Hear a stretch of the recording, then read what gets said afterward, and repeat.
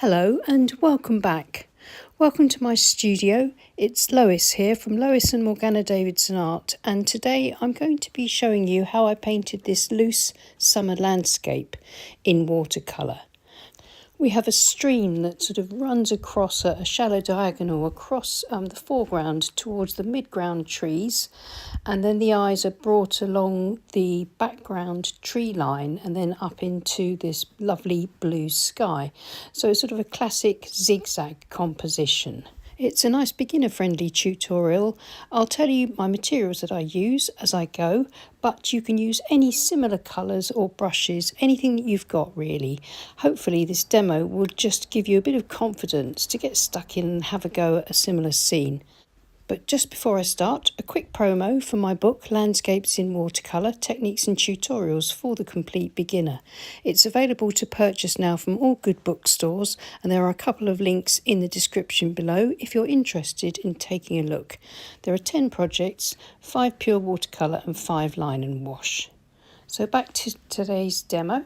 And the first thing I'm going to do is what I usually do, and that is to rough in the position of the elements of my landscape. So I'm putting in a line for my tree line and my horizon line, bringing in the shape of the stream, putting in those trees in the background, literally just scribbling in a few marks that suggest for me where these elements are. So it's not a complicated drawing, it's literally just putting a few pencil marks in where I want to position all my elements. These pencil marks won't show once everything is painted. Of course, using a pencil and pressing very lightly, you can erase as you go if you make any mistakes when you're just starting out. I'm using slightly harder marks to put in the trunks of my trees, as they're going to be quite dark anyway. And then once I feel I've got the size of my trees right and appropriate for the painting, I'm just going to scribble in some vertical marks over in this bottom left corner for reeds and grasses. I'm using the wet in wet method to paint this. So first of all, using a large wash brush, mine's a Princeton Aqua Elite 1.5 inch mottler, but you can use any brush that's the right size for your paper. A nice big brush for the first watercolour washes will help to keep your painting really loose. I'm using Milford watercolour paper. It's taped to my board, and my board's at an angle of about 20 degrees, so that gravity will help as I paint. Now I've dipped into a mid-value mix of cerulean blue.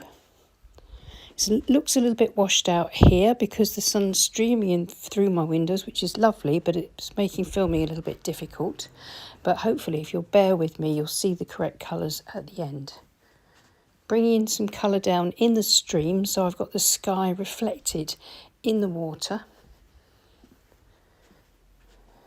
And this is sap green, a light value of sap green, while the sky's still wet.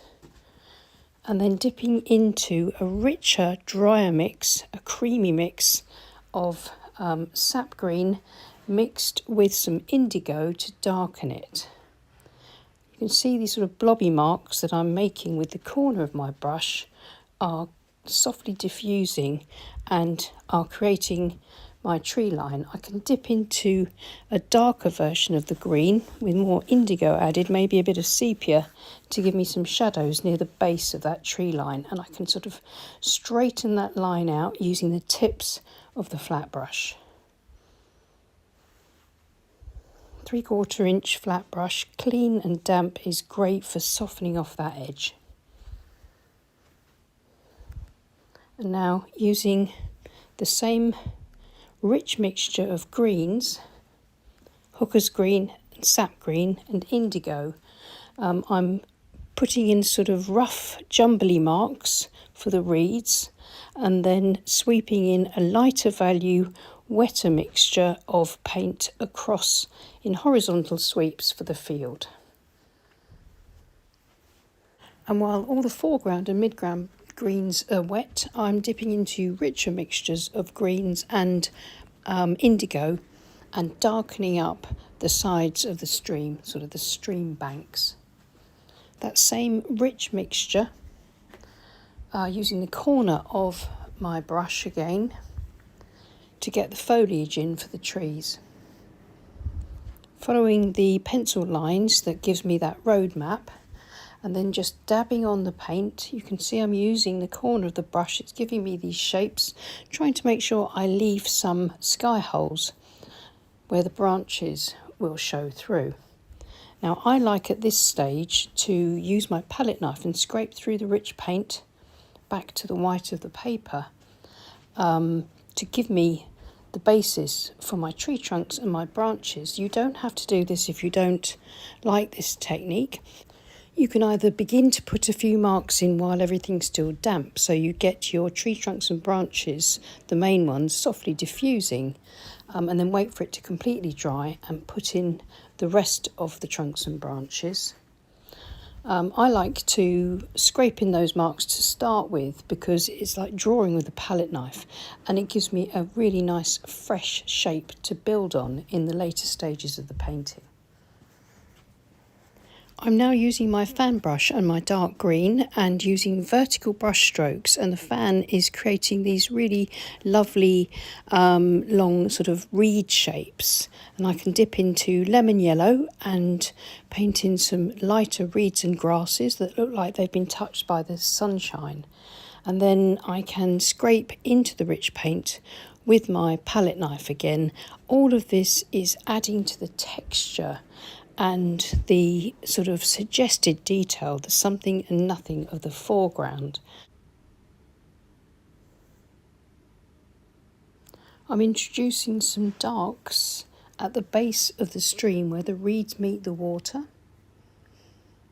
and then where the stream disappears behind the stream bank in the middle distance, adding in a few darks.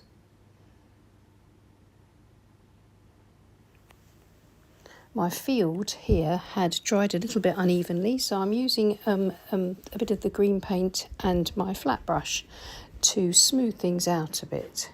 And of course the horizontal brush strokes contrast with the vertical strokes used for the reeds and grasses. I've laid my board flat, and this is ordinary fine ground table salt, which I'm now sprinkling into the damp paint in the foreground.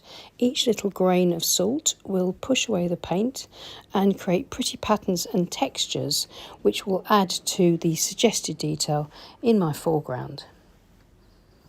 Continuing to work, just adding a few more darks here and there where I think the painting needs it. Scraping through a few highlights. This helps to push the distant trees back by putting in these highlights and scraping these marks through the middle ground. Now I'm going to leave everything to dry. And here's the dry painting. I've lifted it back up to a 20-degree tilt.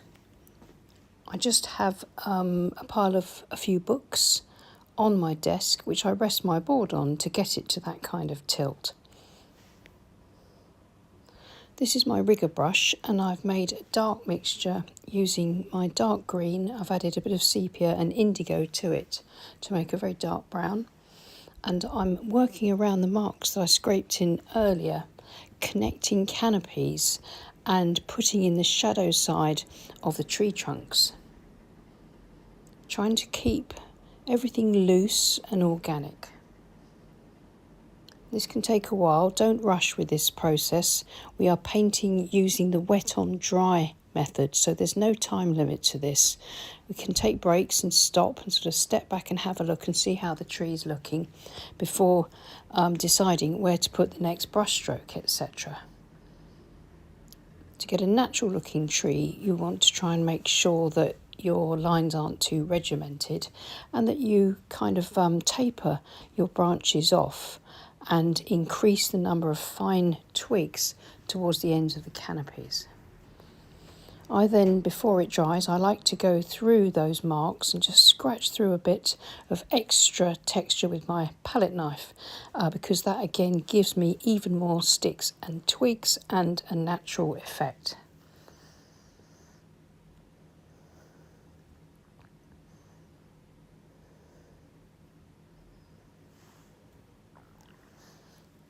Again, the fan brush can give lovely marks if we just want to build up an illusion of a few reeds and sticks and twigs in the middle ground below the tree. This is cerulean blue and my flat brush, and just working into the stream, darkening up the water in places. I might need to go even darker than this, but I'm going to let it dry and see how it looks first before I commit to a darker green.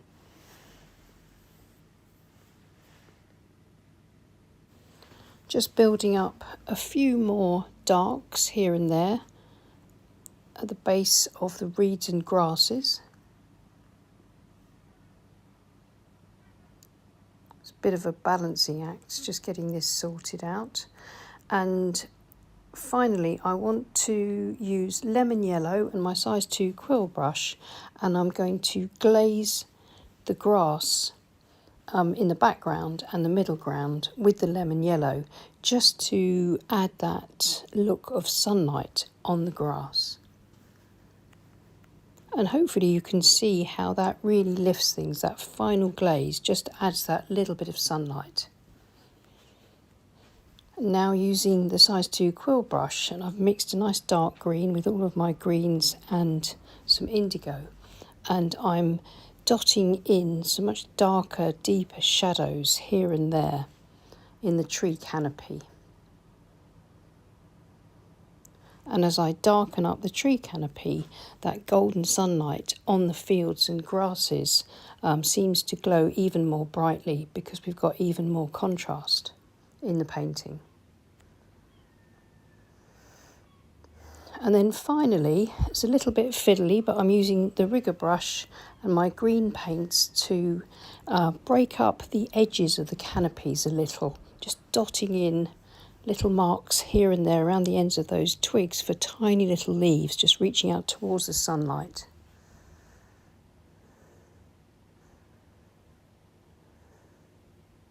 So I'm bringing some of those leaves out from the main canopy. And those little sort of delicate touches are, I think, helping to add that finishing touch to the painting.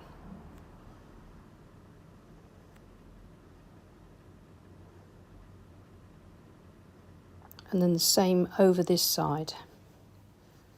If anything goes on a bit too dark or a bit too blobby, you can dab it off with a tissue.